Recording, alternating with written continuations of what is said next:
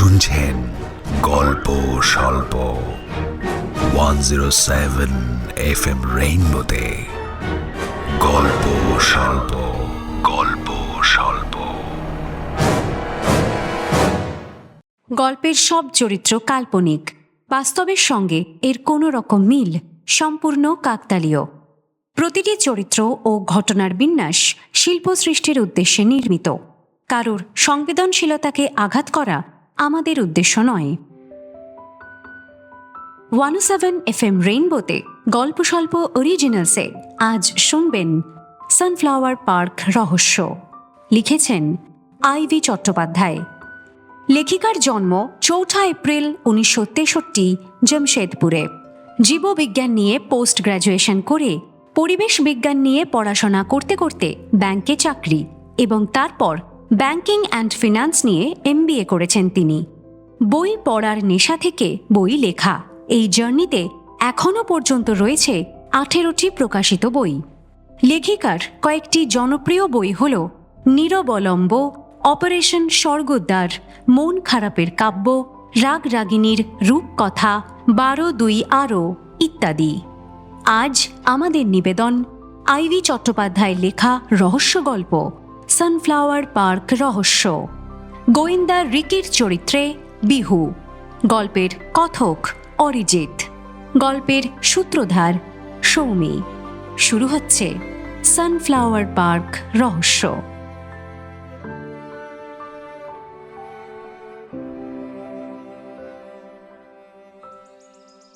কি বললি? এত বড় কথা? চুরির বদনাম দিয়েছে? উত্তেজিত হয়ে জিজ্ঞেস করলো অনিতা। উত্তরে দুর্গা জানালো, 25,000 টাকা চুরির কথা বলছে। বল তোরা, হ্যাঁ আমি 25,000 টাকা চুরি করব? এত বছর কাজ করতে বেরিয়েছি, 2 টাকা কারোর বাড়ি থেকে তুলে নিইনি, আর 25,000? আচ্ছা, আমার কি কোনো ভয় নেই? দুর্গার কথায় সায় দেয় চাপা। চুরি করেই যদি পেট চালাবো তাহলে আর কাজ করতে বেরিয়েছি কেন বাপু? শোন দুর্গা, তুই একদম ভয় পাবি না, আমরা তোর সঙ্গে আছি। চুরির বদনাম দিলেই হলো। ভয় করছে গো চাপাদি। ওরা যদি পুলিশে খবর দেয়, ওদের অনেক ক্ষমতা, তুমি জানো না। পুলিশ এসে আমাকে ধরে নিয়ে চলে যাবে, আমার মরদ তো জানতেও পারবে না। আমার ছেলেগুলোর কি হবে বলো তো? আরে কিছু হবে না, এমনি এমনি পুলিশ এসে তুলে নিয়ে চলে যাবে। ওরা তো এসে খুঁজে দেখবে তোর কাছে টাকা নেই, বিনা প্রমাণে ধরে নিয়ে যাবে। মেনকা আশ্বস্ত করার চেষ্টা করে দুর্গাকে। আমরা নেই, কলোনির লোকেরা নেই, আমরা থানা ঘেরাও করব। ভজন উকিল আছে, কমিটির কান্তিদা আছে, আর কেউ যদি নাও থাকে, কেউ যদি নাও আসে, তাহলে আমাদের মুন্না ভাই আছে। একবার বললে ওই সানফ্লাওয়ার পার্কে একেবারে ঝড় উঠিয়ে দেবে, পুলিশ তুলে নিয়ে যাবে। বললেই হলো পুলিশ তুলে নিয়ে যাবে। শাড়ির আঁচল ঘুরিয়ে এনে মুখের কাছে হাওয়া করতে করতে বলল সুরেখা। চাপা উঠে বসার জায়গা করে দিল সুরেখাকে। আমাদের ইউনিয়ন নেই? বল দুর্গা, সবটা বল, সবটা বল সুরেখাকে। শুধু 401 নয় সুরেখা দিদি, আমাকে ওই 503, 701 আর 1103 থেকেও ছাড়িয়ে দিয়েছে। একসঙ্গে 4-4টে বাড়ির কাজ চলে গেল, সেও চুরির বদনাম দিয়ে। ওরাও চুরির বদনাম দিয়েছে? না গো দিদি, তবে চুরির কথাটা শুনেই বলেছে। 1103-এ তো আমি কাজে ঢুকলাম আজ থেকে। আমাকে ওই বাড়ির মাসিমা জিজ্ঞেস করছিল, তুই দুর্গাকে চিনিস? ও টাকা চুরি করেছে জানিস? 1103 মানে বাঙালি বাড়ি, বুড়ো বুড়ি থাকে, ওই ছেলে আমেরিকায়। মাসিমা তো বহুত মিঠা কথা বলে, ভালো টাকা দেয়, সানিয়াল বাড়ি। তুই কি বললি? আমি বললাম দুর্গা চুরি করার মানুষই না, কি হয়েছে আমি জানি না।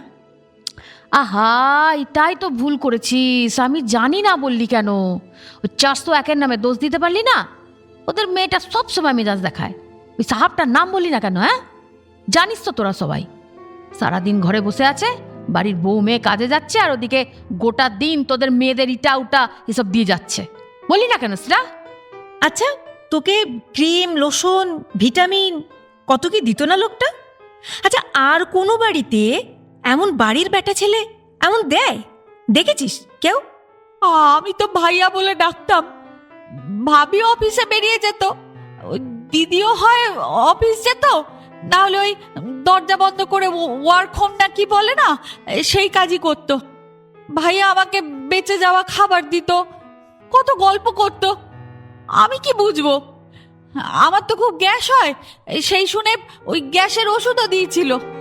একবার বলল রোজ ডিম খাবে, হেলদি খাবে, তুমি এত কাজ করো সারাদিন। আমি বললাম আমরা তো গরিব মানুষ, বাড়িতে 4-4টে পেট, কি করে ওসব খাবো? ভাইয়া আমাকে কত ওষুধ দিত দরকার হলি, ভিটামিন দিত, আর ওই তারপর জ্বর সর্দি গায়ে পায়ে ব্যথার ওষুধ দিত। তবে জানো, ওই ওষুধগুলো খেলে না আমার শরীরটা কেমন আইঢাই করতো। একদিন আমি তাই বলেছিলাম আমি ওষুধ নেব না।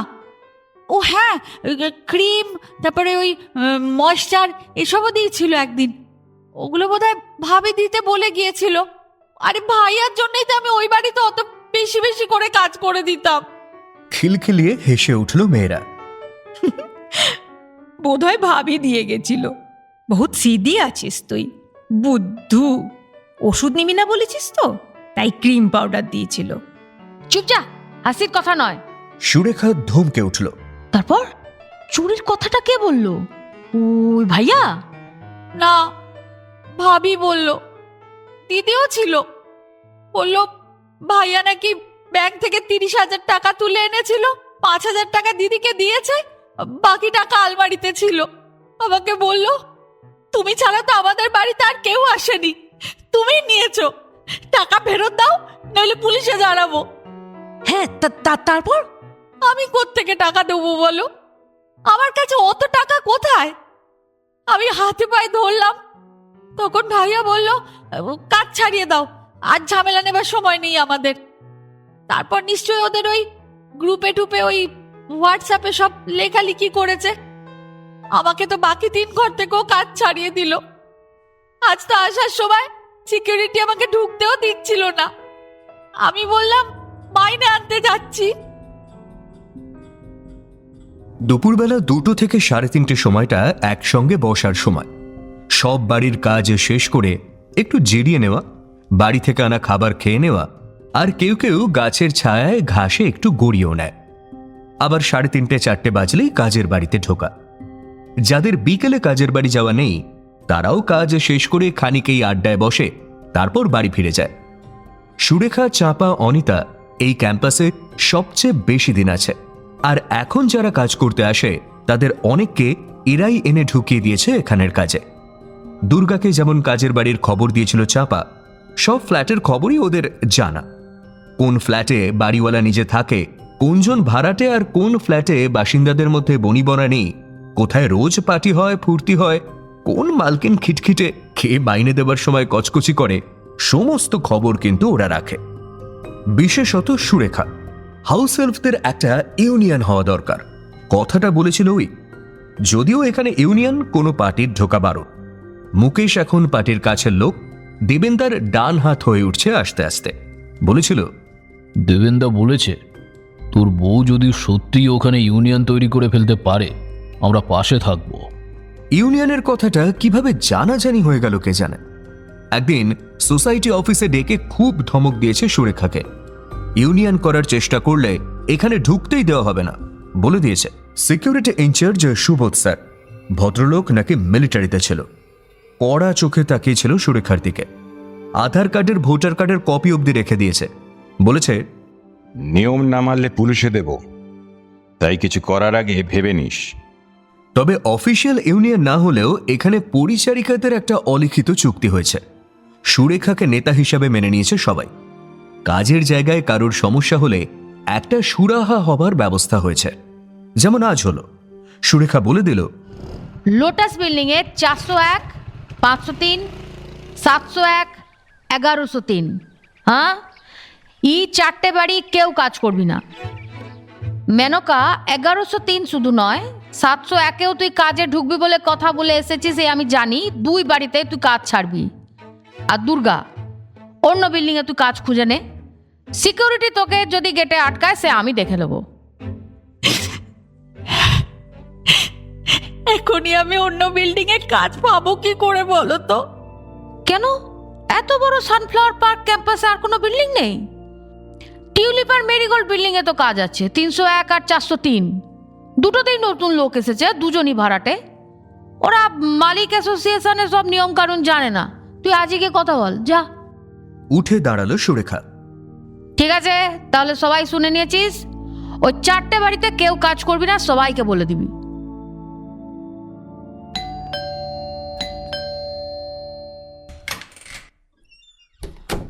খুব খুশি হলাম চান্দ্রেই তুমি এসেছো। শ্রেয়সীর মা দরজা খুলে হাসি মুখে বললেন, আসলে শ্রেয়সী তোমার কথা এত বলে না। হে বাহ, আমি কিন্তু তোমায় রিকি বলেই ডাকবো। শ্রেয়সীর বাবাকে ঘরে ঢুকেই প্রণাম করলো চান্দ্রাই। তাই বলবেন কাকু। আমাকে তো দেখতেই পাচ্ছ না তোমরা। ট্রলি ব্যাগ ঠেলে ঘরে ঢুকলো শ্রেয়সী। কাকিমা জড়িয়ে ধরলেন মেয়েকে, তারপর রিকিকেও। আয় আয়, এয়ারপোর্ট যেতে তো বারণ করে দিলি, তখন থেকে হাঁ করে বসে আছি। মিলনদা তো গেছিল মা, কেন আবার কষ্ট করে যাবে অত দূর? চান্দ্রিক বস। তারপর এদিককার কি খবর, সব ঠিকঠাক? রোজই তো ফোনে সব খবর দিচ্ছে তোর মা। কোনো খবর নেই, তোরা বল। মাত্র তো 2 দিন, তারপরেই তো বেরিয়ে যাবি, লম্বা একটা জার্নি।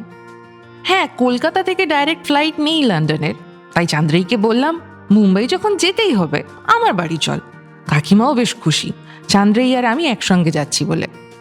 হ্যাঁ, আসলে আমার মাও আমাকে নিয়ে সব সময় টেনশন করে। সব মায়েরাই টেনশন করে, টুনিকে নিয়ে আমার কম টেনশন? মা আবার আবার তুমি ওই নামে ডাকলে? কতবার বলেছি বন্ধুদের সামনে, বাইরের লোকের সামনে। আরে আরে, আশা মাত্র রাগিয়ে দিলে তো মেয়েটাকে। রিকি, তুমি কিন্তু কিছু শুনতে পাওনি। না কাকু, আমি তো কিচ্ছু শুনিনি। আচ্ছা আচ্ছা, বেশ, ফ্রেশ হয়ে নিয়েছো তো? এসো এসো, বসো। আজ কিন্তু ভালো ভালো মেনু আছে। সাদা ধবধবে ঘি ভাত, মটরশুঁটি দিয়ে মুগ ডাল, আলু ভাজা, বেগুন ভাজা, পোস্তর বড়া আর খাসির মাংস। সব টুনি, না মানে শ্রেয়সীর খুব পছন্দের রান্না। ও মা, থ্যাংক ইউ মা, ইউ আর গ্রেট। তবে তোমার পছন্দের খাবারও আছে, এই যে ভেটকি মাছের পাতুরি আর খেজুর আমসত্ত্ব দিয়ে টমেটোর চাটনি। আর ওবেলা তোমার পছন্দের কাশ্মীরি পোলাও আর চিকেন মালাই টিক্কা হবে। তোমার বন্ধুর কাছে আগেই তোমার পছন্দ জেনে নিয়েছি আমি। ও মা, এত কে খাবে? না খেয়ে খেয়ে আমাদের স্টমাক এখন ছোট সাইজের হয়ে গেছে। খুব ভালো লাগছে যদিও, কারণ বাড়ি গেলে মা এমনই রিকির পছন্দের সমস্ত খাবার সাজিয়ে দেয়। মায়ের জন্য, বাড়ির জন্য। মন খারাপ করছে একটু। মা বাবা দুজনেই বলেছিল, শোন বাবা, তুই বাড়ি চলে আয়, আমরা 3 জন মিলে মুম্বাই যাব। রিকি বারণ করেছে। অবশ্য শ্রেয়সীর বাড়ি থাকবে বলে বাবা মা নিশ্চিন্তই হয়েছে। হস্টেলের স্পেশাল চিকেন রাইস একবার যদি খাও, সারা জীবন আর চিকেন খেতে ইচ্ছা করবে না। সব রান্নায় নারকেল আর তেঁতুল। আর মা, তুমি এত সাজিয়ে সাজিয়ে দিয়েছো কেন? চান্দ্রই কি গেস্ট? এমনিতেই এখন তোমার কোনো হাউস হেল্প নেই। না রে, তোকে বলা হয়নি। লোক একটা পেয়েছি, খুব ভালো মেয়ে। দুপুরে আসবে, তখন দেখিস। আচ্ছা, তোরা খেতে বস।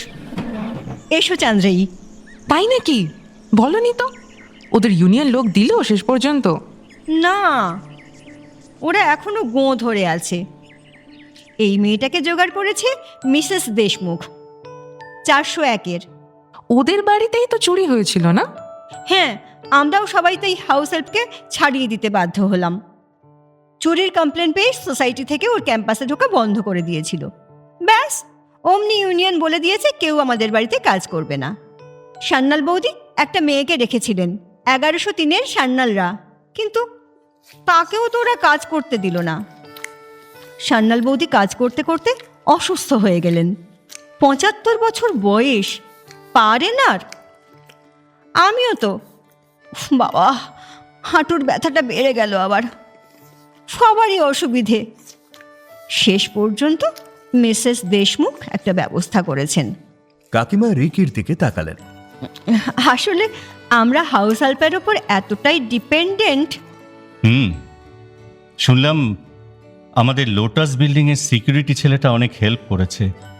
মানে ডাক্তার দেশমুখ আমাকে যা বললেন, মালাডের দিকের থেকে আসছিল মেয়েটা। মিসেস দেশমুখ ওই সিকিউরিটি ছেলেটাকে দিয়ে পাশেই ওর জন্য একটা খলির ব্যবস্থা করে দিয়েছেন। বাবা, দেশমুখ ম্যাডামের অনেক সোর্স আছে দেখছি। তা জানি না, তবে ওরা তো লোকাল লোক এখানের। তাছাড়া ওর বাড়িতে চুরি হয়েছিল বলেই আমরা দুর্গাকে ছাড়িয়ে দিয়েছিলাম, তাই উনি আমাদের জন্য ভেবেছেন। আর একটু মাংস নাও চান্দ্রি। টুনি, তুইও নে। বড় বড় চোখে শ্রেয়সী তাকাতেই রিকি তাড়াতাড়ি কথা ঘোরালো। কাকিমা, আপনাদের এখানে হাউস হেল্পদের ইউনিয়ন আছে? কোনো পার্টির ইউনিয়ন নয়, কোনো রেজিস্টার্ড ইউনিয়নও নয়, ওরা একসাথে মিলে তৈরি করেছে। না মানে খারাপ কিছু না, একদিক দিয়ে তো ভালোই। ওদের সঙ্গেও তো ইনজাস্টিস হয় বলো। হ্যাঁ ঠিকই, সারা মাস কাজ করিয়ে টাকা দেয় না, আজ দেব কাল দেব করে ঘোরায়। এক্সট্রা কাজ করিয়ে টাকা দেয় না, ছুটি দিতে চায় না, ভালো ব্যবহার পর্যন্ত করে না। ওদেরও অনেক সমস্যা, একজোট হয়ে থাকলে সুবিধেই। দেখো, ইউনিয়ন তোমার এই নতুন লোককে কাজ করতে দেয় কিনা। তা কতদিন হলো কাজ করছে? এই তো 1 মাস হলো, কাল মাইনে দিলাম। মেয়েটা ভালো, তবে হ্যাঁ তুই ঠিকই বলেছিস, পুরনো মেয়েগুলো ওর পেছনে লেগে আছে। যাকে তোরা খেয়ে একটু ঘুমিয়ে নে তো। খাওয়া শেষ করে বিছানায় শুয়ে গল্প করছিল দুই বন্ধু। লন্ডন গিয়ে কেমন হবে সব, নতুন এই অ্যাসাইনমেন্ট নিয়ে উত্তেজনার কারণ তো আছেই। ঠিক তখনই আস্তে করে দরজায় টোকা দিল কেউ। আসবো দিদি? হ্যাঁ, এসো। লাল নীল সবুজ ফুল ফুল ছাপ, হালকা হলুদ সালোয়ার কামিজ, সবুজ ওড়না। মেয়েটা ঘরে ঢুকে এলো। নাম কি তোমার? প্রীতি। ঘরটা ঝাড় দিয়ে দে। ঘাড় নেড়ে হ্যাঁ বলল শ্রেয়সী। পরিপাটি কাজ সারতে লাগলো মেয়েটা। ওড়না দিয়ে গলা মুখ মুছছে, একটু হাঁপাচ্ছ। সকাল থেকেই খাটুনির জের হয়তো। কপাল গাল ভর্তি ফুসকুড়ি। সত্যি মুম্বাইতে যা গরম। তুমি তো হাঁপিয়ে গেছো একদম, বসে নাও। আচ্ছা দিদি। কতগুলো বাড়ি কাজ করো তুমি? 4টে বাড়ি, এখনো একটা ঘরের কাজ বাকি। কবে থেকে কাজ করছো? অনেক ছোট বয়স থেকে কাজ করছি দিদি। পড়াশুনো করতে ইচ্ছা হয়নি? ইচ্ছে কি হয় না দিদি, ক্লাস 5 অবধি পড়েছিলাম। তাহলে ছেড়ে দিলে কেন? বাবা মারা গেল, মায়ের সাথে কাজে যেতে শুরু করলাম। ঘরে ছোট ভাই বোনও তো রয়েছে, ওদের কথা ভেবেই। তবে ওদেরকে স্কুলে পাঠাই, কলেজেও পড়াবো। তোমার মাও আসে নাকি এখানে কাজ করতে? না না, মা তো বিল্ডিং বানানোর কাজে যায়, ওখানে সিমেন্ট বালি তোলার কাজ করে। মানে রাজমিস্ত্রির কাজে যোগান দেয়? হ্যাঁ, আমি তো তাই মাকে বলি, আমাদের যখন বাড়ি হবে তখন তুমি সিমেন্ট লাগাবে। বাহ, এ তো খুব ভালো ব্যাপার। বাড়ি বানাচ্ছ তোমরা? না না না, এখন না, পরের বছর হবে মনে হয়। আমরা মা মেয়েতে মিলে একটা জমিও কিনে নিয়েছি। বাহ, ভেরি গুড। এত ছোট বয়সে তুমি কত বুদ্ধিমতী। কোথায় জমি নিলে? ওই মালাডের কাছে। মোটা মোটা আঙুল তুলে একদিকে হাত তুলে দেখালো মেয়েটা। কথা বলতে বলতে প্রীতির ঘর মোছাও হয়ে গেল। আসছি দিদি। রোগা শরীরের তুলনায় আঙুলগুলো বেশ মোটা। চোখে লাগলো রিকির। মেয়েটা চলে গেল। কাজ করতে করতে ফুলে গেছে আঙুলগুলো। আহারে, কি খারাপ লাগে। কতই বা বয়স হবে মেয়েটা? একটু লেখাপড়া করার সুযোগ পেলে অন্তত একটা ভালো কাজ তো করতে পারতো। সকাল সকাল ঘুম ভেঙে গেল। শ্রেয়সী অঘরে ঘুমোচ্ছে। জানলা দিয়ে বাইরে তাকালো রিকি। সবে ভোর হচ্ছে তখন। মোবাইল ফোন তুলে সময় দেখল, প্রায় 8টা বাজে। মুম্বাইতে একটু দেরিতেই সকাল হয়। কাল অনেক রাত পর্যন্ত আড্ডা হয়েছে। বিছানায় গেছে ওই রাত 1:30টা নাগাদ। ঘুম ভেঙে গেল তবু। তারপরই খেয়াল হলো এমনি এমনি তো ঘুমটা ভাঙেনি, কিছু একটা ঘটেছে। বাইরের ঘরে কাকু কাকিমার উত্তেজিত গলা। তাড়াতাড়ি উঠে বেরিয়ে এলো রিকি। কি হয়েছে?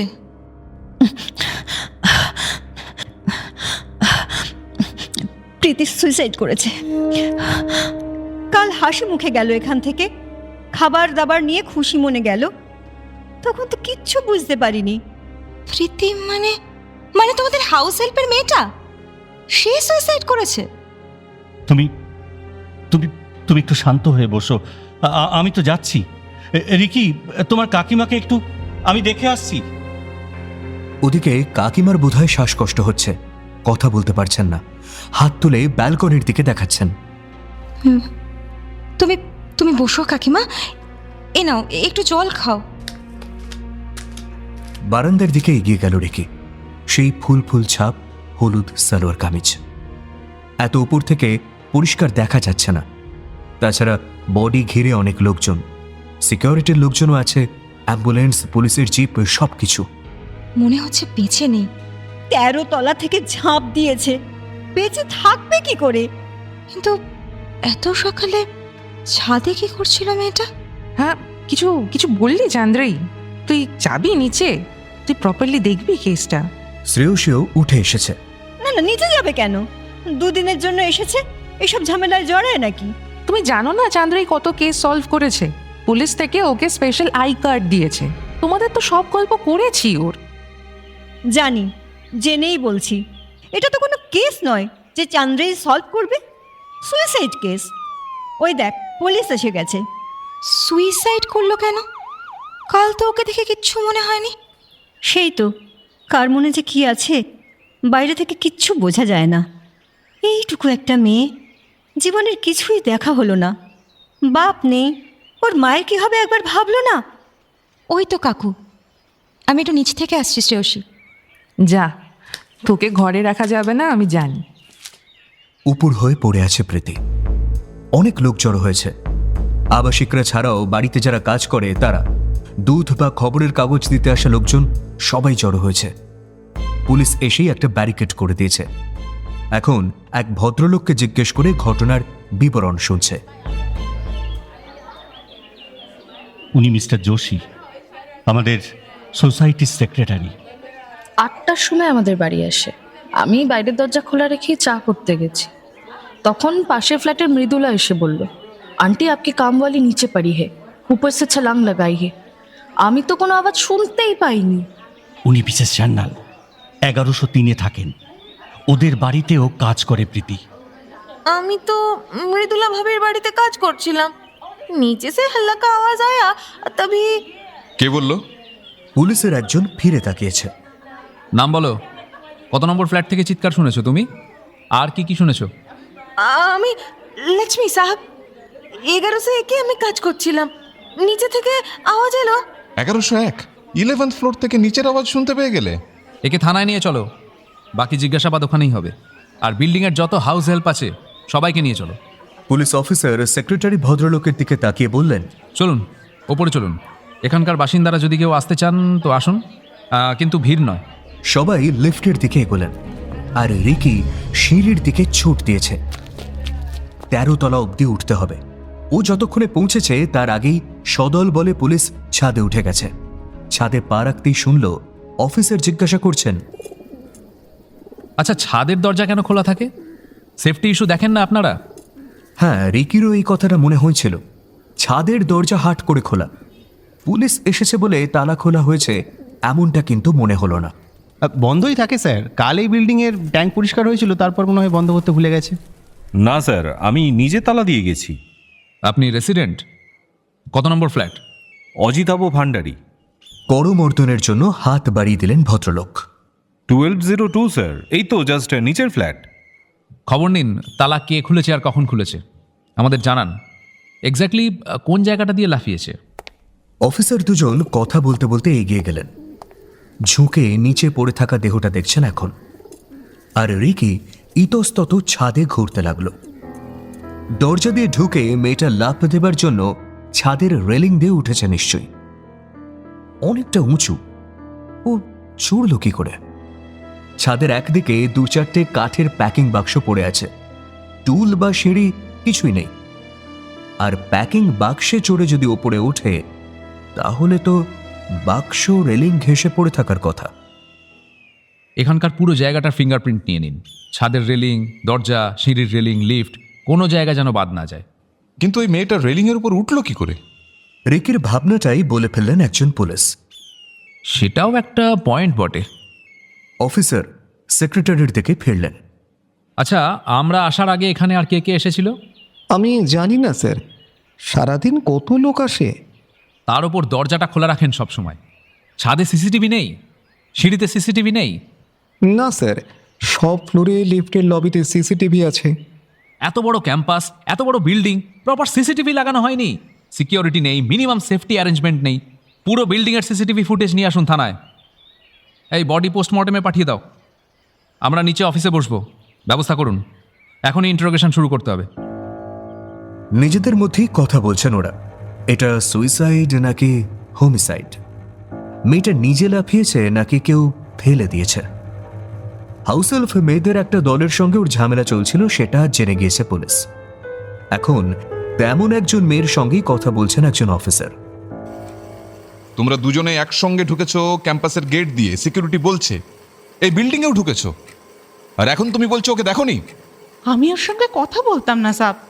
কথাবার্তা ছিল না? তাহলে দুদিন আগে দুপুরে ওকে ঘিরে ধরে কি কথা বলছিলি তোরা? আমার কাছে সব খবর আছে। আর তোরা তো ওকে মেরেও ছিলিস। প্রতি 2-4 দিন অন্তর এরা মেয়েটাকে হেনস্থা করত, কতবার বারণ করেছি।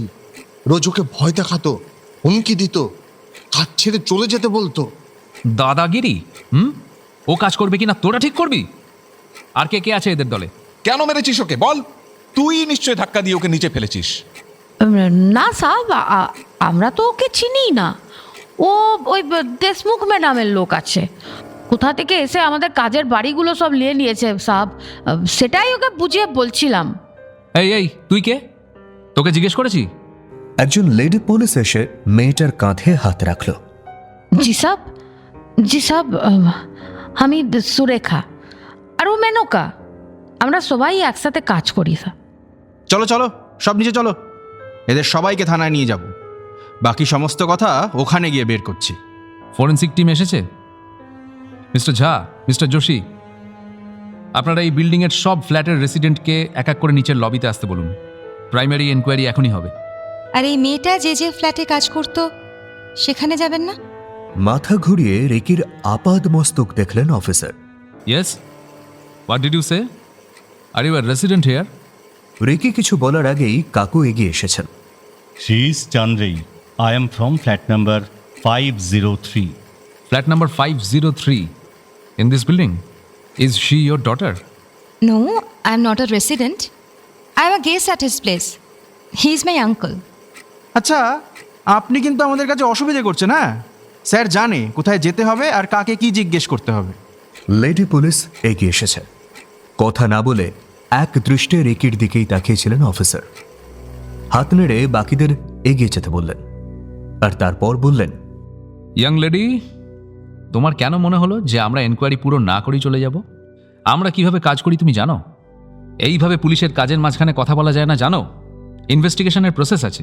We don't need to disclose every single detail. Is it clear?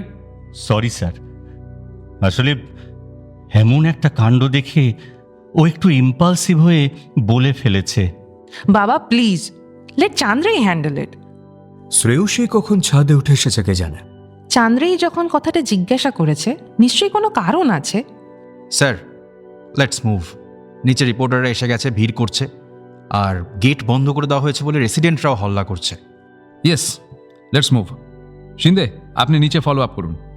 বডিতে কেউ যেন হাত না লাগায়। আমি আসছি। অফিসার রিকির দিকে ফিরলেন। So what did you say? We are missing something in our investigation. No, sir. Actually, I wanted to draw your attention. কেন? কি বলতে চাও? By the way, are you are resident here? শ্রেয়সীর দিকে তাকালেন। ইয়েস, আমার বাবা মা এখানে থাকেন 503। আমি যদিও এখন হায়দ্রাবাদে থাকি। আমি Shreyasi Basu, and she is my friend Chandri Chatterjee, my guest here. তুমি বললে চান্দ্রেই যখন কথাটা জিজ্ঞেস করেছে, নিশ্চয়ই কোনো কারণ আছে। কেন? কারণ আপনাদের মতো আমিও মনে করছি it's not a case of suicide. আমি নিশ্চিত হয়ে বলছি, কারণ জাস্ট গতকাল আমার সঙ্গে ওর কথা হয়েছে। ও ওর ভবিষ্যতে অনেক প্ল্যান ছিল জানেন, জমি কিনেছে, বাড়ি করবে, ছোট ভাই বোনদের লেখাপড়া শেখাবে। প্রীতি আমাদের বাড়িতে কাজ করে স্যার, ও এমনভাবে সুইসাইড করলো, এটা মেনে নিতে কষ্ট হচ্ছে। আমরা তো এখনো বলিনি যেটা সুইসাইড না হোমিসাইড না অন্য কিছু। একটু অপ্রতিভ হলো রেখে। সত্যি আগবাড়িয়ে ওভাবে আপনাদের মতো বলাটা ঠিক হয়নি। আমরা ইনভেস্টিগেশনটা করি আগে। অফিসার এগিয়ে গেলেন সিঁড়ির দিকে। স্যার, মেয়েটা যদি ছাদ থেকে লাফ দিয়ে থাকে তাহলে ওই তারগুলো ইনট্যাক্ট থাকার কথা নয়। ছাদের রেলিংয়ের কাছাকাছি 2-3টে মোটা তার ঝুলছে। এক বিল্ডিং থেকে অন্য বিল্ডিংয়ে গেছে, ইলেকট্রিক তার, কেবল তার, এই সমস্ত। ছাদ থেকে লাফিয়ে পড়লে তারগুলোর ওপর পড়বেই। মনোযোগ দিয়ে দেখলেন অফিসার, অনেকক্ষণ ধরে দেখলেন। ইতিমধ্যেই ফিঙ্গারপ্রিন্ট নিতে এসে গেছে কজন। ছাদের কিনারা, রেলিং, দরজা থেকে প্রিন্ট সংগ্রহ করতে ব্যস্ত হয়ে পড়ল তারা। সঙ্গে পুলিশের ফটোগ্রাফারও রয়েছে, নানান জায়গার ছবি তুলছে। চল শ্রেয়সী। রিকি এগিয়ে গেল দরজার দিকে। অস্থির লাগছে। মনের এই ভাবটা কিন্তু এমনি আসে না। খটকা, অনেকগুলো প্রশ্ন। একটু স্থির হয়ে ভাবতে হবে।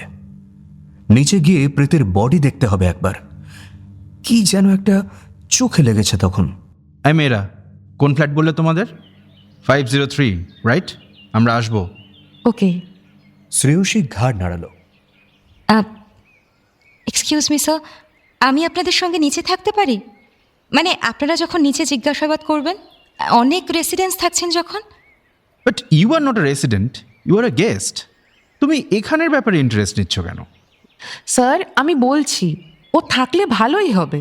ও অনেক কেস, ক্রিটিক্যাল কেস সলভ করেছে। মানে তুমি কি করো, ডিটেকটিভ? না স্যার, আমার বন্ধু বাড়িয়ে বলছে। আমি কেস সলভ করিনি, পুলিশই যা করার করেছে। আমি কখনো কখনো পুলিশকে একটু ক্লু ধরিয়ে দিয়েছি। কিভাবে? পুলিশ তোমার কোনো হেল্প নিয়েছে? Which state? কেমন কেস সলভ করেছো? স্যার, আপনি তো চান্দ্রেইকেই জেরা করতে শুরু করে দিলেন। আচ্ছা দাঁড়ান, আমি আপনাকে সব বলছি। #চ্যালেঞ্জ উলফ কেসের কথা শুনেছেন নিশ্চয়ই। রিটায়ার্ড IPS পানে স্যারের কেস। গত বছর এই কেসে চান্দ্রেই পুলিশের সঙ্গে কাজ করেছে। আরও অনেক কেস আপনি খবর নিলেই জানতে পারবেন। ওর কাছে কলকাতা পুলিশের স্পেশাল আই কার্ড আছে। তাছাড়া ওর বাবা commissioner of Kolkata police, IPS Binayak Chatterjee, আমার senior. Yes, I remember now. So you are that intelligent girl from Kolkata. অফিসারের মুখের রেখা নরম হয়ে এলো।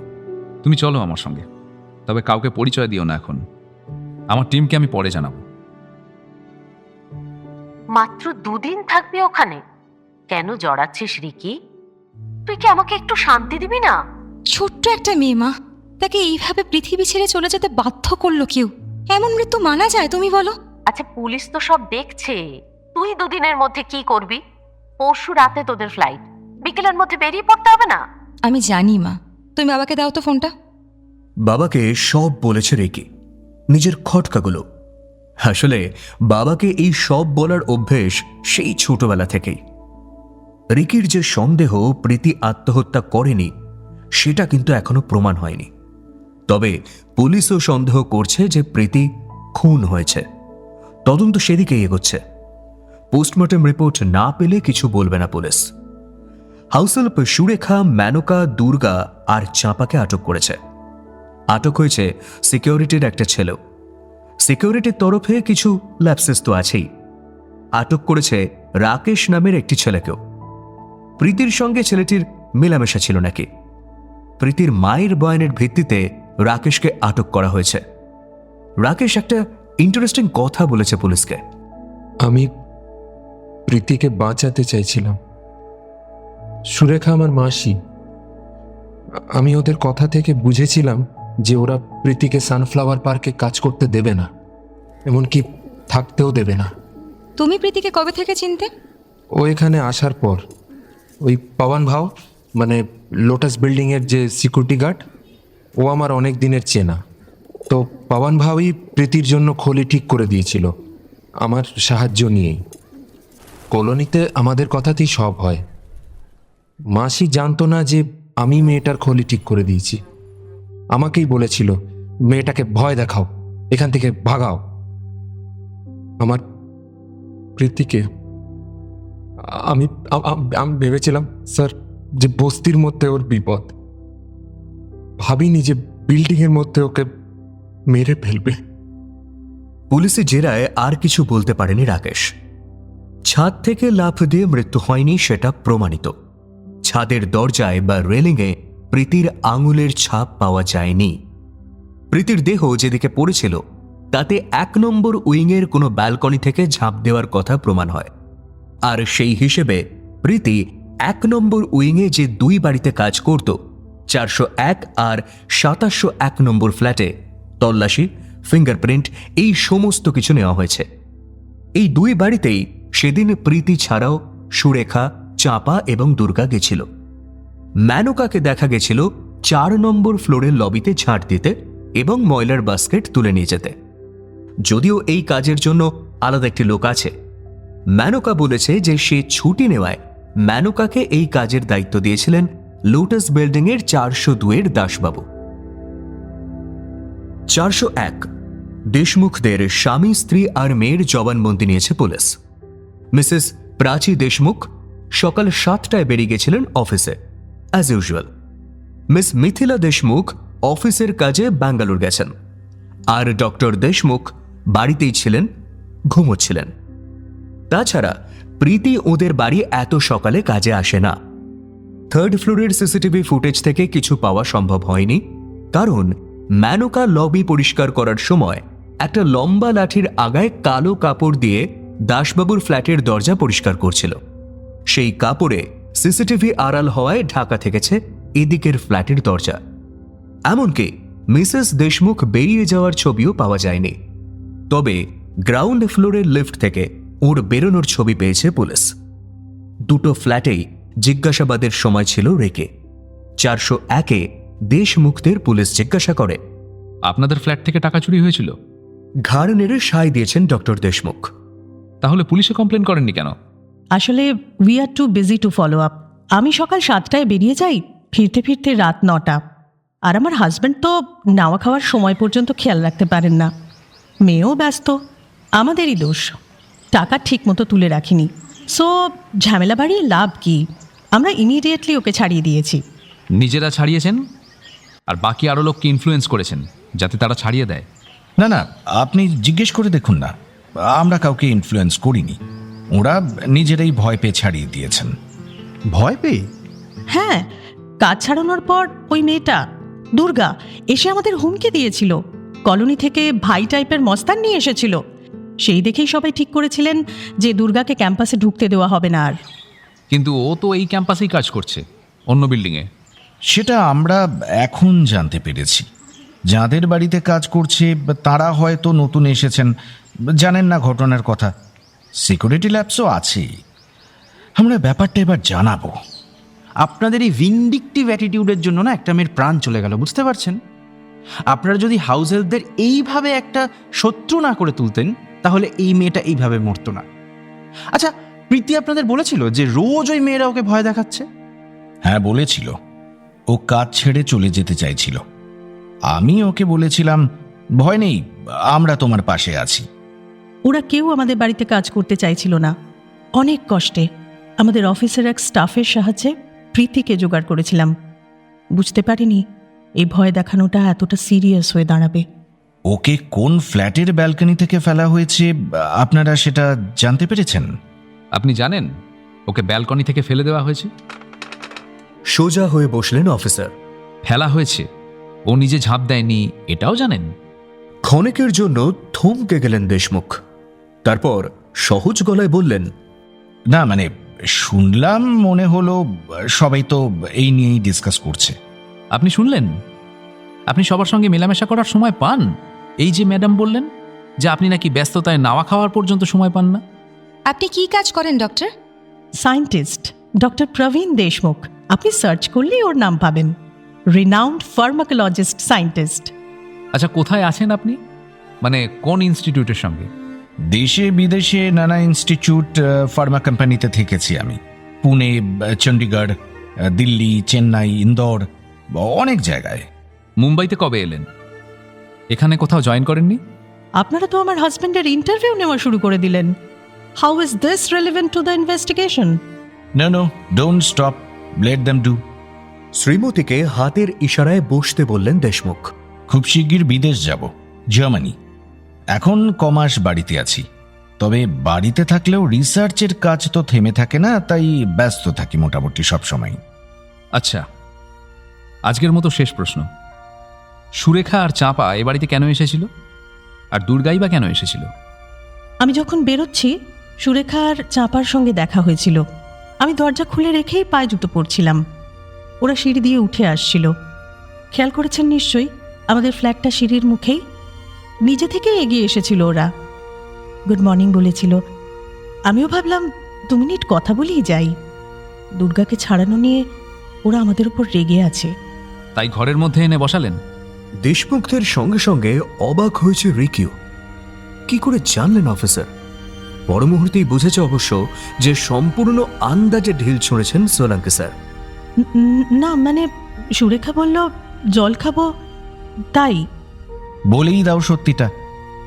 ওরা আসলে ইউনিয়নের তরফ থেকে বলতে এসেছিল আমরা যেন প্রীতিকে ছাড়িয়ে দিই। দুর্গা আসবে না, তার বদলে অন্য একটা মেয়ে যাকে ও সঙ্গে করে এনেছিল সে আসবে।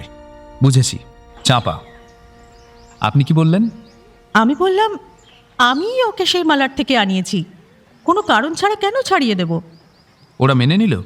না, জোর করছিল। আমি বললাম আমার অফিসে দেরি হয়ে যাচ্ছে, অন্য সময় কথা বলবো। তখন ওরা চলে গেল। ফ্ল্যাট থেকে বেরিয়ে জিজ্ঞেস করেছিল রিকি, সুরেখাদের ওই ফ্ল্যাটে আসাটা সিসিটিভিতে দেখা গেল না কেন? দেখতে হবে। শুধু মেনকার কালো কাপড় না, মনে হচ্ছে ক্যামেরার পজিশন ঘুরিয়ে রাখা আছে। 701 থেকে ঘুরে এসে একবার দেখব। 2701 গোয়েল দম্পতি, বৃদ্ধা শয্যাশায়ী, সারাদিনের নার্স আছে। বৃদ্ধার সঙ্গে সঙ্গে নার্সকেও জেরা করেছে পুলিশ। মিস্টার গোয়েল ভুলে যাওয়া রোগে ভুগছেন, তবু মনে করে বললেন, প্রীতি তো আজ কাজে আসেনি, এমনিও ও বেলা 12টা নাগাদ আসে। হ্যাঁ, সুরেখা এসেছিল চাপা আর দুর্গাকে নিয়ে। বলতে এসেছিল আমরা যেন প্রীতিকে ছাড়িয়ে দিই, দুর্গা আসবে আবার। আপনারা কি বললেন? আমি বললাম দুর্গা আসুক, কিন্তু ঝামেলা বাড়িয়ে কী লাভ? এমনিও প্রীতির করা রান্না আমরা খেতে পারছি না। তবে বলে দিয়েছি যে প্রীতিকে আমরা ছাড়বো না। ও ঝাড়ু পোছা, ডাস্টিং, কাপড় কাচা এসবগুলো করবে। নার্স মেয়েটি বলল, আমি 8:30 এসেছি, প্রীতিকে দেখিনি তো। রিকি হঠাৎ জিজ্ঞেস করেছিল, আচ্ছা, সুরেখারা ঘরে ঢুকে কোথায় বসেছিল? ওরা তো ঘরে বসেনি, সোজা আমার মিসেসের ঘরে চলে গিয়েছিল, কথা বলে বেরিয়ে গেল। হ্যাঁ, তবে চোখ মুখ কুঁচকে বৃদ্ধ কিছু মনে করার চেষ্টা করছিলেন। তারপর বললেন, কি যেন একটা বলার ছিল। ও হ্যাঁ, দুর্গা একবার রান্নাঘরে গিয়েছিল। রান্নাঘরে কেন? বোধহয় জলের বোতল নিতে। ও তো পুরনো লোক। হ্যাঁ, জলের বোতল নিয়ে গেল আমার মিসেসের ঘরে। তারপর ওরা চলে যাবার পর দেখি ওড়না ফেলে গেছে। ওড়না কই? মিসেস বললেন রেখে দাও, ভুলে হয়তো ফেলে গেছে। সুশীলা রেখেছে কোথাও। ডাকুন তো, ওড়নাটা দেখবো একবার। ছেঁড়া ওড়না, বোধহয় কারো বাড়ি ডাস্টিং করতে করতে ভুল করে হাতে নিয়ে চলে এসেছিল। আমি ওটা ডাস্টবিনে ফেলে দিয়েছি। সবুজ ওড়না, নোংরা, ছেঁড়া, এইরকমই ওড়না ছিল প্রীতির গায়ে। কিন্তু বডির গায়ে তো ওড়না ছিল না। অফিসারের দিকে তাকিয়ে বলল রেকি। এমনই কিছু সূত্র ধরে অ্যারেস্ট করা হয়েছে সুরেখা, মেনকা, চাঁপা আর দুর্গাকে। পুলিশ নিজের ধরনে সব রকম ভাবে জেরা করেছে, কিন্তু খুনটা ওরা স্বীকার করেনি।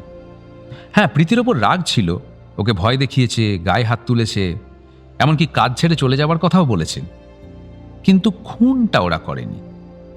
ওড়নাটা সিঁড়িতে পড়েছিল, ভয় পেয়ে ওটা গোয়েল সাহেবের বাড়িতে ফেলে এসেছিল। আর ওরা বুড়ো মানুষ, খেয়াল করবেন না, তাই আর কি। আর কিছু জানে না ওরা।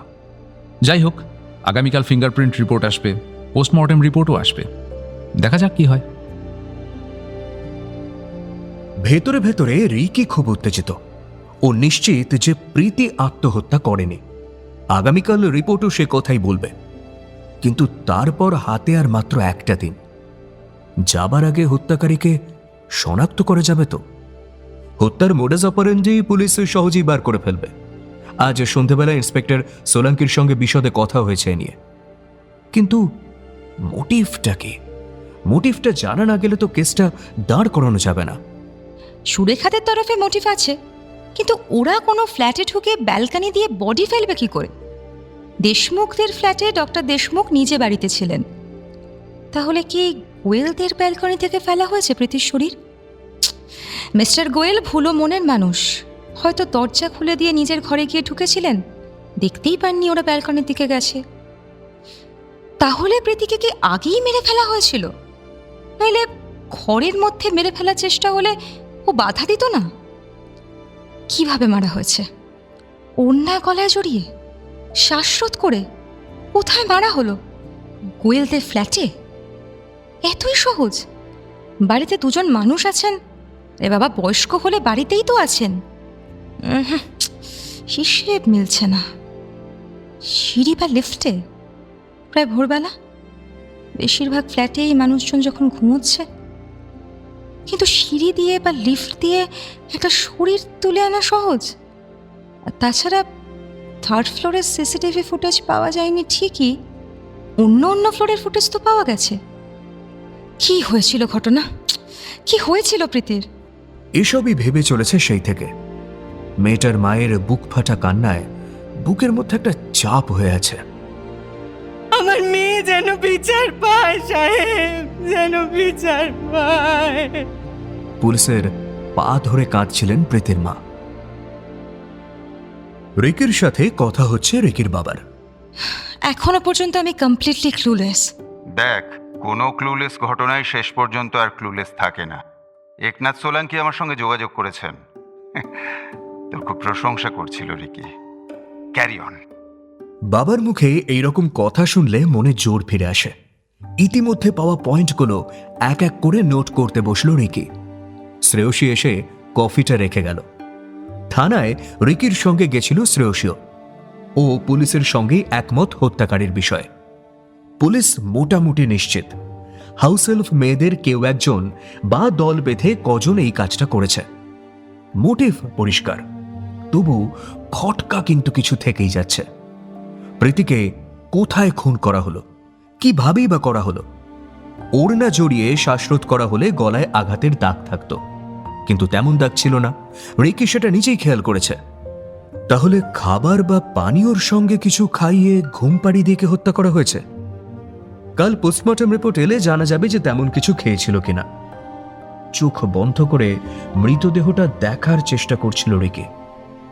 কি যেন একটা মিস হয়ে যাচ্ছে, অস্বাভাবিক কিছু। আর ঠিক সেই সময় কাকিমা এসে ডাকলেন। চান্দ্রি। চোখ খুলে সোজা হয়ে বসলো রেকে। সরি কাকিমা, আসলে কালকের দিনটাই তো আছে হাতে।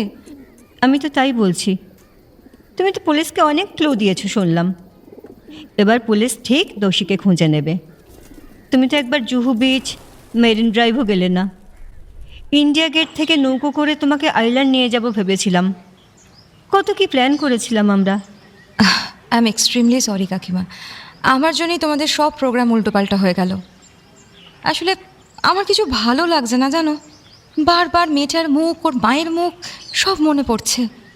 বুঝতে পারি, টুনি আমাদের একটু আগেই বলছিল তুমি রহস্য সমাধানের সময় এই রকমই সিরিয়াস থাকো। যাকে যা বলতে এসেছিলাম, তোমার জন্য বম্বে স্পেশাল বিরিয়ানি এনেছেন তোমার কাকু জাফর ভাইয়ের দিল্লি দরবার থেকে। চলো, গরম গরম খেয়ে নেবে। অনিচ্ছাতেই উঠে এলো রেখে। অন্য লোকের বাড়িতে কিছু তো অ্যাডজাস্ট করতেই হয়।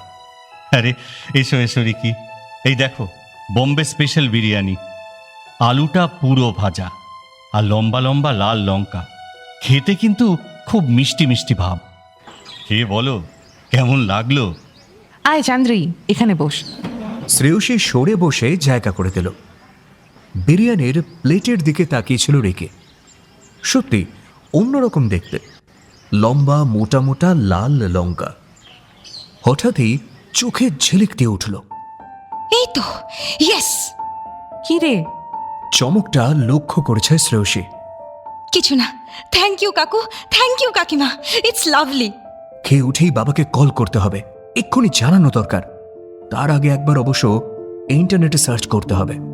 গপ গপ করে খেয়ে উঠে এলো। কাকিমা তো অবাক হয়ে চেয়ে রইলেন। মেয়েটার কত খিদে পেয়েছিল দেখলি? শ্রেয়সী হাসতে লাগলো। মা বুঝবে না যে চান্দ্রের খিদেটা ঠিক কেমন। কি রে, আমি কিছু হেল্প করতে পারি? রিকি মন দিয়ে তখন নেট ঘাটছিল। পারিস, এই লোকটা ডিটেলস বার করে দে। আগে ইন্টারনেটে দেখবি, তারপর সব কটা সোশ্যাল মিডিয়ায়, যেখানে যেখানে সম্ভব নোট করে রাখ। নামটা দেখে অবাক হয়ে তাকালো শ্রেয়সী। তারপর মাথা গুঁজে দিল ল্যাপটপে। ততক্ষণে একটা খাতায় নোট নেওয়া শুরু করেছে রেখে। একটু পরেই ফোনটা হাতে নিয়ে উঠে দাঁড়ালো। হ্যালো, হ্যালো সোহিনী, ডিউটিতে আছিস? শোন না, কথা বলা যাবে একটু? সোহিনী শ্রেয়সী চান্দ্রের কার্শিয়াংয়ের স্কুলের বন্ধু। ডাক্তার হয়েছে এখন, এমার্জেন্সি মেডিসিনের ডাক্তার। কলকাতায় কোনো হাসপাতালে এমার্জেন্সি মেডিসিন ডিপার্টমেন্টের ইনচার্জ এখন। কি কথা হচ্ছে সেটা ঠিক বুঝতে পারল না, তবে clinical trial, drug test, overdose, opioid, oxycodone, coding, fentanyl নাকি ফিনাইল, অচেনা অনেক শব্দ উচ্চারণ করছিল চান্দ্রে। আর সোহিনী বোধহয় এক্সপ্লেন করছিল। ভেতরে এসে সেসব শুনে শুনে নোট নিতে লাগলো। অনেকক্ষণ পর ফোন রেখে এক মুখ হাসলো রেখে। কি রে, জানি এখন কিছু বলবি না, কিন্তু মনে হচ্ছে একটা ডিরেকশন পেয়েছি। তোর কত দূর পেলি কোনো খবর? শ্রেয়সীর নোট করা কাগজ দেখে মুখের হাসিটা আরেকটু চওড়া। দারুণ কাজ করেছিস। আমি আবার বাবার সঙ্গে কথা বলে নি, তারপর সোলাঙ্কি স্যারকে কল করব। তুই সেই ফাঁকে আমার একটা কাজ করে দিবি টুনি সোনা? হেসে ফেলল শ্রেয়সীও। বন্ধুর এই আনন্দের মুখটা ওর খুব চেনা। কার্শিয়াংয়ের হোস্টেলে মেয়ে পাচার কেসের সময়, কিংবা পুনের কলেজ হোস্টেলে র্যাগিং কেসে দোষীদের ধরার সময়, বা হায়দ্রাবাদে ওই আইপিএস পানেসরের #চ্যালেঞ্জ উলফ কেসটা সলভ করার সময়ও দেখেছে। আর সত্যি ওর কিন্তু মনে মনে খুব গর্ব হয়েছে সেই সময়। বল, কি করতে হবে? বলছি, তার আগে একটা জিনিস কনফার্ম করে নি। সেদিন প্রীতি যখন এসেছিল, ওর শরীরে বা মুখে কিছু লক্ষ্য করেছিলি? Anything abnormal? সেরকম কিছু তো মনে পড়ছে না। আসলে আমি ভালো করে ওর দিকে তাকিয়েই দেখিনি তখন। তবে ইয়েস, ও খুব চুল করছিল, যেন যেন চুলকানি হয়েছে। আমার খুব বিরক্ত লেগেছিল তখন। মনে হচ্ছিল কখন ঘর থেকে বেরোবে। সারা মুখে ফুসকুড়ি ছিল, আর হাতের আঙুলগুলো পায়ের পাতা দুটো খুব মোটা, অ্যাবনর্মালি মোটা, আর ঠোঁটের রং নীলচে। আপন মনেই বলল রেকে। তারপর শ্রেয়সীর নোটের কয়েক জায়গায় দাগ দিয়ে দিল। এদের ওয়েবসাইটে একটু খুঁজে দেখ না প্লিজ, আর কি খবর পাওয়া যায়। আমি সুখেন্দা আর আব্দুল চাচাকেও খবর নিতে বলেছি। শ্রেয়সীর জিজ্ঞাসু দৃষ্টির উত্তরে একটু হেসে বলল, পুলিশের ভাষায় সুখেন্দা আব্দুল চাচা হলো খাবরি, দুর্দান্ত নেটওয়ার্ক, খবর জোগাড় করতে ওস্তাদ। দুজনেই বাবার খাস লোক, আর আমাকে ওরা মেয়ের মতো ভালোবাসে। বাবার সঙ্গে তারপর অনেকক্ষণ কথা বলল।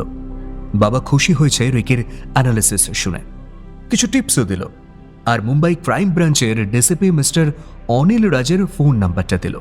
শোন, তোর কথা বলে রেখেছি, কেমন? দরকার হলে যোগাযোগ করে নিস, ঠিক আছে? সোলাঙ্কি স্যারকে কল করতেই বলে উঠলেন, আমি তোমাকে কল করতাম চান্দ্রেই, ডিসিপি স্যার আমাকে কল করেছিলেন। ডিসিপি রাজে কল করেছিলেন? সোলাঙ্কি স্যার সেটা আবার ইগো ইস্যু করে ফেললে মুশকিল। তাড়াতাড়ি বলল রেকে, হ্যাঁ, উনি আমাদের ফ্যামিলি ফ্রেন্ড, তবে ওকে আমি যেটা এখনো বলিনি সেটা আপনাকেই বলতে চাই। বেশ খুশি হলেন অফিসার। আমারও তোমাকে একটা খবর দেওয়ার আছে। পিএম রিপোর্ট চলে এসেছে। স্যুপের মধ্যে ঘুমের ওষুধ বা কোনো ড্রাগ মিশিয়ে অজ্ঞান করে বালিশ চাপা দিয়ে শ্বাসরোধ করে নির্মমভাবে হত্যা করা হয়েছে। সুরথাল রিপোর্ট তৈরি করার সময় আমরাও শ্বাসরোধ করার সম্ভাবনা ভাগ্যিস লিখেছিলাম, আর মাইল্ড কার্ডিয়াক অ্যারেস্টের কথাও বলা আছে। তার মানে ওই সুরেখা অ্যান্ড পার্টি মেয়েটাকে গলা টিপে ধরেছিল যখন, ভয় পেয়ে বা শ্বাসের কষ্টে কার্ডিয়াক অ্যারেস্ট হয়েছে। ওরা মেয়েটাকে গলা টিপে মেরে বারান্দা দিয়ে ফেলে দিয়েছে। বারান্দা থেকে তো ফিঙ্গারপ্রিন্ট নেওয়াই আছে। কোন বারান্দায় ওদের ফিঙ্গারপ্রিন্ট পাওয়া যায় এখন সেটাই দেখার। যাই হোক, এবার তুমিই বলো। মেয়েটার পেটে স্যুপ আর কোনো ড্রাগ পাওয়া গেছিল বললেন না? ড্রাগটা কি? By any chance any opioid? Wait, কাগজ দেখে বলছি। It's oxycodone? ইয়েস। তুমি কি করে গেস করলে? বলছি, মোডাস অপারেন্ডি আপনার সঙ্গে একটু ডিসকাস করতে চাই। কালপ্রিটকে আইডেন্টিফাই করেছি, মোটিভও বুঝেছি, কোথা থেকে বডি ফেলা হয়েছে সব ক্লিয়ার এখন। কিভাবে খুন হয়েছে সেটা একটা আন্দাজ করেছি, কিন্তু আপনি আরো ভালো বলতে পারবেন। অনেকক্ষণ কথা হলো, তারপর রাত 2:30 পর্যন্ত প্রায়। কাল সকালে ক্রিমিনাল লোকটা ধরা পড়বে। চল শ্রেয়সী, একটু ঘুমিয়ে নেওয়া যাক। বাবাকে বরং একটু ব্রিফ করে দিই। বিছানায় শুয়েও অনেকক্ষণ হোয়াটসঅ্যাপে মেসেজ চালাচালি করছিল রিকি। বোধহয় ওর বাবার সঙ্গে। ঘুম এসে গেল, আর খেয়াল করতে পারেনি শ্রেয়সী।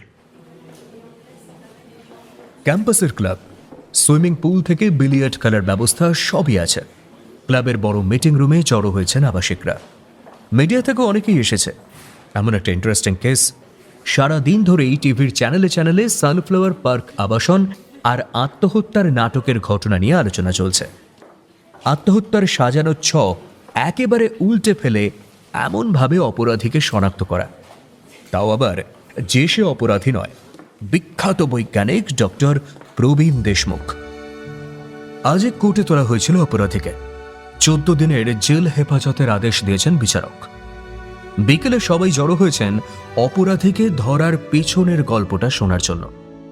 বিশেষ করে আরও এই কারণে যে মেয়েটার জন্য এইভাবে অপরাধী ধরা পড়ল, সে আজ রাতেই মুম্বাই ছেড়ে দূর দেশে পাড়ি দেবে। 2 দিনের জন্য বেড়াতে এসে এইভাবে একটা কেস সলভ করা, এটা সত্যি একটা আশ্চর্য ঘটনা। ভিড় হলেও সবাই শান্ত। একটা অস্বাভাবিক মৃত্যুর ভার। শুধু তো একটা প্রাণ নয়, হত্যা হয়েছে মানবিকতা, বিশ্বাস, একটা মেয়ের সম্মান। তুমি শুরু করো চান্দ্রি। সোলাঙ্কি স্যার হাসি মুখে বললেন, আমি পরে বলবো। আগে আপনারা শুনুন কিভাবে উপস্থিত বুদ্ধি আর তীক্ষ্ণ অবজারভেশন কাজে লাগিয়ে এই মেয়েটি আমাদের অপরাধী অবধি পৌঁছে দিয়েছে। উৎসুক শ্রোতা দর্শকের দিকে তাকিয়ে মনে মনে নিজেকে গুছিয়ে নিল রেখে। আমার প্রথম খটকা লাগে ছাদে গিয়ে। ছোটখাটো প্রীতির পক্ষে একা রেলিংয়ে চড়া অসম্ভব। তারপর দেখলাম তারগুলো ঝুলছে জালের মতো।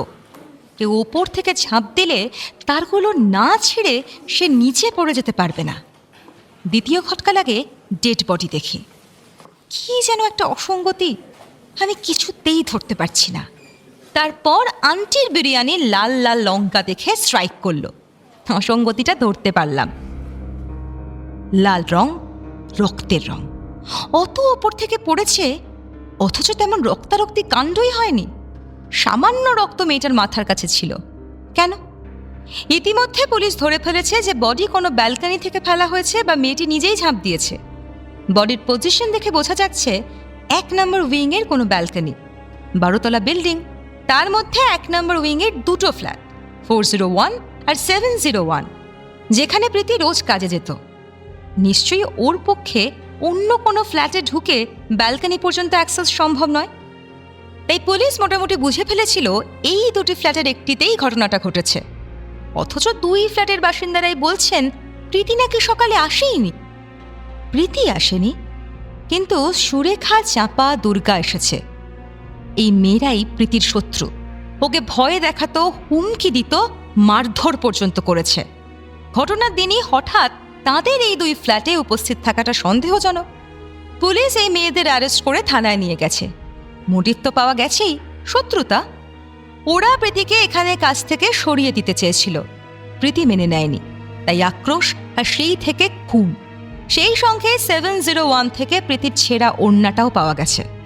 যদিও মিস্টার গোয়েল মনে করে বলতে পারেননি কে কখন ওড়নাটা রেখে গেছে, তবে দুর্গা রান্নাঘরে ঢুকেছিল এবং ওড়না রান্নাঘর থেকেই পাওয়া গেছে। প্রশ্ন 1, ওরা যদি প্রীতিকে খুন করে বডি ফেলার কাজটাও করে থাকে, কিভাবে এবং কখন করলো? 2 ফ্ল্যাটেই লোক ছিল। বাড়ির লোকে চোখের সামনে দিয়ে একটা বডি নিয়ে যাওয়া এবং ফেলে দেওয়া অসম্ভব। প্রশ্ন 2, খুনটা কোথায় হয়েছে? প্রীতি সকালে ক্যাম্পাসের গেট দিয়ে ঢুকেছে, সিঁড়ি দিয়ে উঠে গেছে, সিকিউরিটি সাক্ষ্য দিয়েছে। সিঁড়ি দিয়ে ওঠার পর প্রীতিকে আর জীবন্ত দেখা যায়নি। যে 4টে বাড়িতে কাজ করত প্রীতি, তার কোনোটাতে যায়নি। তাহলে কখন এবং কোথায় খুন হলো প্রীতি? প্রশ্ন 3, ছাদের দরজা খোলা ছিল কেন? সচরাচর দরজা তো বন্ধই থাকে, কে খুলে রাখলো দরজাটা? পুলিশকে মিসলিড করার জন্যই কি দরজা খুলে রাখা হয়েছিল? তৃতীয় খটকা লাগলো 401 ফ্ল্যাটে গিয়ে। পুলিশের প্রশ্নের প্রতিটা উত্তর যথাযথ, যুক্তিতে কোনো ফাঁক নেই।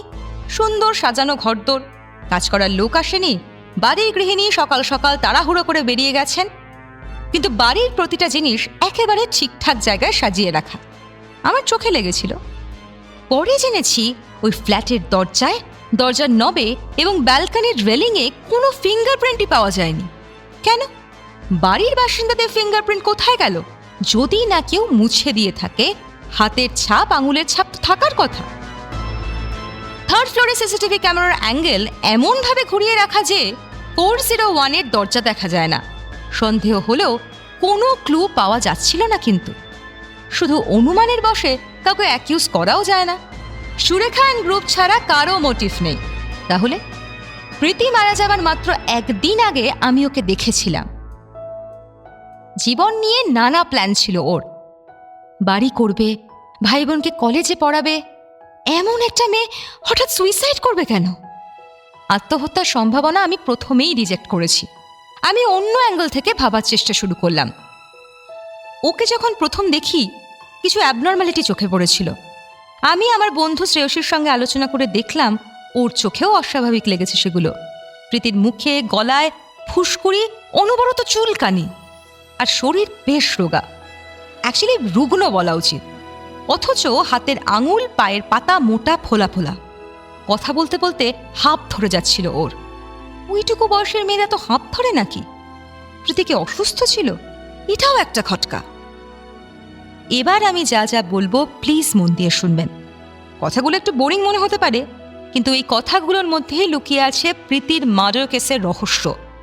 প্রীতির মৃত্যু, প্ল্যান থেকে হত্যার অপারেশন, সব সম্ভাব্য প্রশ্নের উত্তর তৈরি রাখা, আর সবটাই ঠান্ডা মাথায়। আমার বুঝতে এবং বিশ্বাস করতে সময় লেগেছে, তাই এক্সপ্লেন করতে আরও একটু সময় লাগবে।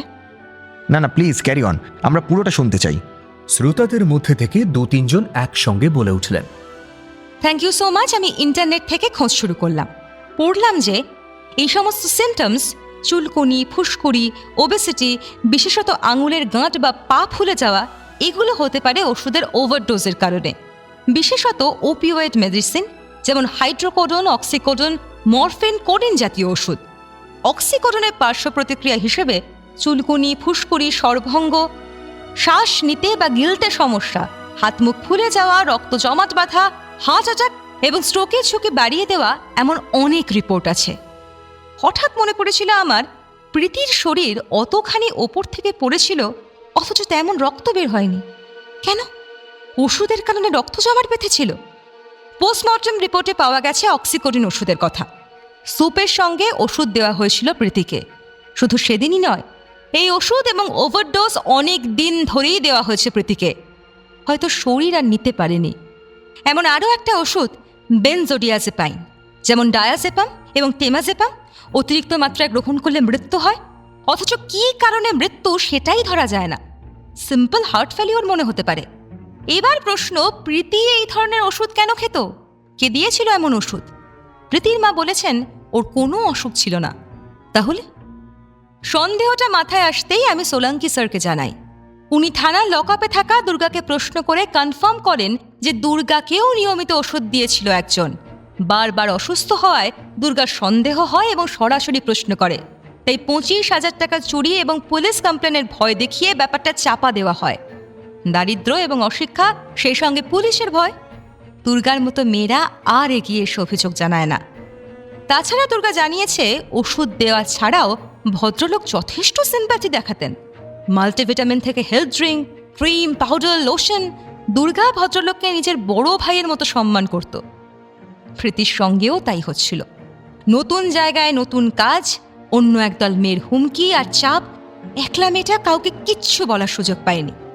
হয়তো বুঝতেও পারিনি। ভদ্রলোক ওকে সাহস জোগাতেন, হয়তো হেলথ ড্রিঙ্ক কিনেও দিতেন, শেষ দিনে প্রীতিকে স্যুপও খাইয়েছিলেন। আপনারা এবার বুঝতেই পারছেন কে দুর্গাকে ওষুধ দিয়েছে, কার কথা বলা হচ্ছে এখানে। Yes, doctor Deshmukh. শ্রেয়সী, এবার বাকিটা তুই বল। চান্দ্রেই যখন আমাকে ডক্টর দেশমুখ সম্বন্ধে নেটে সার্চ করতে বলল, আমি অবাক হয়েছিলাম। ডক্টর প্রবীণ দেশমুখ আমাদের ক্যাম্পাসের গর্ব, সায়েন্টিস্ট, সম্মানীয় মানুষ। আমি অবশ্য রিসার্চের ব্যাপারে খুব বেশি জানতাম না। আমার মনে হয় না এখানে কেউই জানেন। ওরা কারোর সঙ্গেই তেমন মিশতেন না। নেট থেকে জানলাম উনি ডাক্তার নন, ফার্মাকোলজি নিয়ে পড়েছেন। ডক্টরেট করার কথাও জানা যায় না। তবু উনি কেন নামের আগে ডক্টর লিখতেন, পুলিশ হয়তো সেটা বের করবে এবার। যাই হোক, আমি যেটা জানতে পারলাম তা রীতিমতো শকিং। ইন্দোরের এক হাসপাতালে এক মহিলার ওপর বায়োজেন আইডেক নামের একটি কোম্পানির টোনাকোফিলিন ওষুধের পরীক্ষা চালানো হয় পেশেন্টের অনুমতি না নিয়ে। এমনিও পেশেন্ট পার্টি নিরক্ষর এবং কোনো সম্মতিপত্রে তাদের সই করানো হয়নি। ওষুধ প্রয়োগের পর মহিলার অসুস্থতা অস্বাভাবিক মাত্রায় বেড়ে যায়। তারপর ওষুধ বন্ধ করে তাকে হাসপাতাল থেকে ছেড়ে দেওয়া হয়। এর মাসখানেকের মধ্যে কার্ডিয়াক অ্যারেস্টে মারা যান 46 বছর বয়সের এই মহিলা। এই নিয়ে যথেষ্ট জলঘোলা হয়। কিছুদিন পরে ওই একই হাসপাতালে চিকিৎসার জন্য গেলে এক ভদ্রলোককে জানানো হয় একটি দাতব্য প্রতিষ্ঠান এই চিকিৎসার ব্যয় বহন করবে। যদিও ওষুধের পরীক্ষা নিরীক্ষা চালানো হবে, তবু তিনি তাতে রাজি কিনা সেই বিষয়ে কোনো কথা জানার প্রয়োজন মনে করা হয়নি। ওষুধ ব্যবহারের কয়েক সপ্তাহ পর ভদ্রলোকের স্বাস্থ্যের অবনতি হয় এবং তিনি হাঁটার ক্ষমতাও হারিয়ে ফেলেন। বিষয়টি ডাক্তারকে জানালে তিনি ওষুধ বন্ধ না করার পরামর্শ দিয়ে বলেন এটা নাকি সাময়িক পক্ষাঘাত, ওষুধ খেতে থাকলে অবস্থার উন্নতি হবে। কয়েক সপ্তাহ পরে এই ভদ্রলোকেরও মৃত্যু হয়। এই দুই ঘটনাতেই যার নাম জড়ায় তিনি আমাদের ডক্টর প্রবীণ দেশমুখ। এই ধরনের মারাত্মক সাইড এফেক্টের 80টা ঘটনা নথিভুক্ত করা হয়েছে তার নামে। ওনার বিরুদ্ধে ওষুধ কোম্পানিগুলোর কাছ থেকে অবৈধ সুযোগ সুবিধা নেওয়া এবং রোগীর সম্মতি ছাড়াই পরীক্ষা চালানোর অভিযোগ করেছে হাসপাতাল, সেন্ট্রাল ড্রাগ কন্ট্রোল অফিস এবং রাজ্য সরকার। এরপর ওর চাকরি চলে যায় এবং লাইসেন্সও বাজেয়াপ্ত হয়। আপনারা সবাই নিশ্চয়ই খবরের কাগজে পড়েছেন, সম্প্রতি গুণমান যাচাইয়ের পরীক্ষায় বিভিন্ন কোম্পানির প্রায় 150 ওষুধ ফেল করেছে। সে তালিকায় রয়েছে হৃদরোগের ওষুধ, রক্তচাপ কমানোর ওষুধ, এমনকি জ্বর সর্দি সারানোর প্যারাসিটামলও। গুণমান যাচাইয়ে উত্তীর্ণ হতে না পারা ওষুধগুলোর মধ্যে 52টি ওষুধ কেন্দ্রীয় ড্রাগ কন্ট্রোল ল্যাবরেটরির পরীক্ষায় অনুত্তীর্ণ। তবে এই ওষুধগুলো বাজারে এখনও চলছে। ওষুধের পরীক্ষামূলক প্রয়োগের ক্ষেত্রে আইন অনুযায়ী অনুমতি নেওয়ার বিধান থাকলেও এসব ক্ষেত্রে তা লঙ্ঘন করা হচ্ছে এবং বাজারে আসার আগে এই ওষুধগুলো পরীক্ষা হচ্ছে দরিদ্র লোকেদের উপর। তাদের অপরাধ কি জানেন? দরিদ্র হওয়া। গোপনে ক্লিনিক্যাল ট্রায়াল বা নতুন ওষুধ পরীক্ষা নিরীক্ষায় ব্যবহার করা হচ্ছে মানুষগুলোকে। মানুষকে গিনিপিগ হিসেবে ব্যবহার করার অভিযোগ উঠেছে কোম্পানিগুলোর বিরুদ্ধে। যে মানুষগুলো মারা গেল কিংবা ওষুধের প্রতিক্রিয়ার পঙ্গু হলো, তাদের খবর তো কেউ রাখে না। এক চক্র, দুষ্ট চক্র, আর ডক্টর দেশমুখ এই চক্রের একজন মাথা। একটু থামলো রেখে কথা বলতে বলতে হাঁপ ধরে গেছে। আমার ডাক্তার বন্ধু সৈনীর সঙ্গে কথা বলে আমি এই পুরো বিষয়টা, ক্লিনিক্যাল ট্রায়ালের সঠিক পদ্ধতি, আইনি দিক সম্পর্কে জানলাম। ততক্ষণে বিষয়টা আমার কাছে ক্লিয়ার। দুর্গার শরীরে ওষুধের নানা এফেক্ট হতেই ওর সন্দেহ হয়। কাউকে কাউকে কথাটা বলেও ছিল। তখনই সতর্ক হয়ে গেলেন ডক্টর দেশমুখ। দুর্গাকে ভয় দেখিয়ে ব্যাপারটা সামলেও নিয়েছিলেন। তারপর প্রীতি এলো। এখানে নতুন, তার উপর অন্য হাউস হেল্প মেয়েরাও খড়গহস্ত। নতুন গিনিপিগ পেয়ে খুব সুবিধে হয়েছিল ডক্টর দেশমুখের। সেদিনের ব্যাপারটা পুলিশ জেরা করে নিশ্চয়ই জেনেছে বা জেনে নেবে। তবে অপরাধী অপরাধ স্বীকার করেছে। আমি ঘটনাটা অনুমান করছি। ওষুধের রিয়াকশনে হয়তো প্রীতির শরীরে কোনো বিশেষ অসুবিধে হয়েছিল, তাই সকাল সকাল এসেছিল ডক্টর দেশমুখের কাছে। হয়তো মিসেস দেশমুখ তখন বেরিয়ে গেছেন, কিংবা হয়তো ওর সামনেই সবটা ঘটেছে। যেভাবে উনি স্বামীকে ডিফেন্ড করছিলেন, যেভাবে ওদের ঘর পরিপাটি সাজানো হয়েছিল, তা থেকে এই ধারণা হচ্ছে। সুপের মধ্যে ওষুধ দিয়ে প্রীতিকে খেতে বলেছিলেন দেশমুখ। হয়তো মেয়েটাকে মেরে ফেলার কথা ভাবেননি, আরেকটা পরীক্ষা করার কথা ভেবেছিলেন, কিন্তু প্রীতি আরও অসুস্থ হয়ে পড়ল। পোস্টমর্টম রিপোর্টে মাইল্ড কার্ডিয়াক অ্যারেস্টের কথাও বলা আছে। আগেই বলেছি ওপিওয়েড মেডিসিনের ওভারডোজের এই প্রতিক্রিয়ার কথা। হয়তো প্রীতি অজ্ঞান হয়ে গিয়েছিল, হয়তো বুকের ব্যথায় ছটফট করছিল। কেন বালিশ চাপা দিয়ে শ্বাসরোধ করলেন কে জানে। হাসপাতালে গেলে সব ধরা পড়ে যাবার ভয়ে নিশ্চয়ই।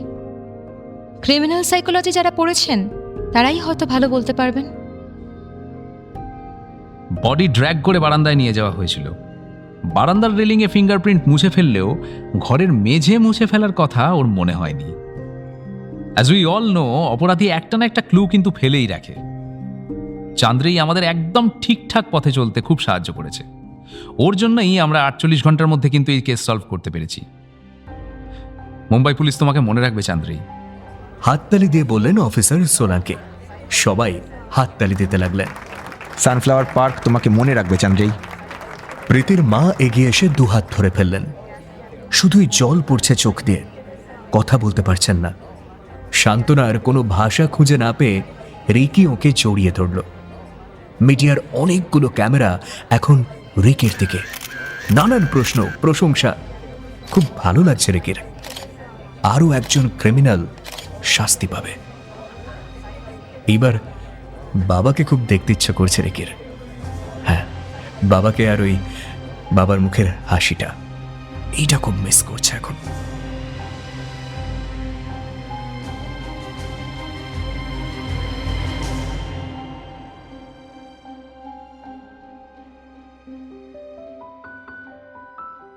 ওয়ান FM রেইনবোতে গল্প স্বল্প অরিজিনালসে আজ শুনলেন সানফ্লাওয়ার পার্ক রহস্য। লিখেছেন আইভি চট্টোপাধ্যায়। গল্পের সূত্রধার সৌমি। গল্পের কথক অরিজিৎ।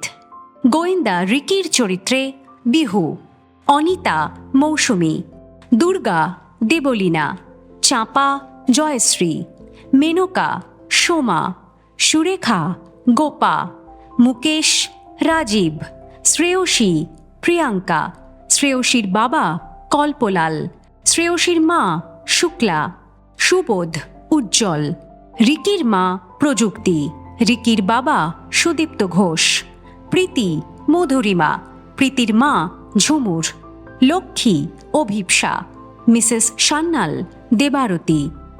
আবাসিকদের চরিত্রে সৌরদেব ও শুভদা, অজিতাভ সৌমিক, সিকিউরিটি বিশ্বজিৎ, মিস্টার যোশী তাপস। পুলিশদের ভূমিকায় অমরজিৎ অনির্বাণ ও সুদীপ্ত রায়, রাকেশ আত্রেয়, মিসেস দেশমুখ মহুয়া ব্যানার্জি, মিস্টার দেশমুখ সোমক, মিস্টার গোয়েল অর্পণ, মিসেস গোয়েল মধুমিতা এবং নার্স মৌমিতা।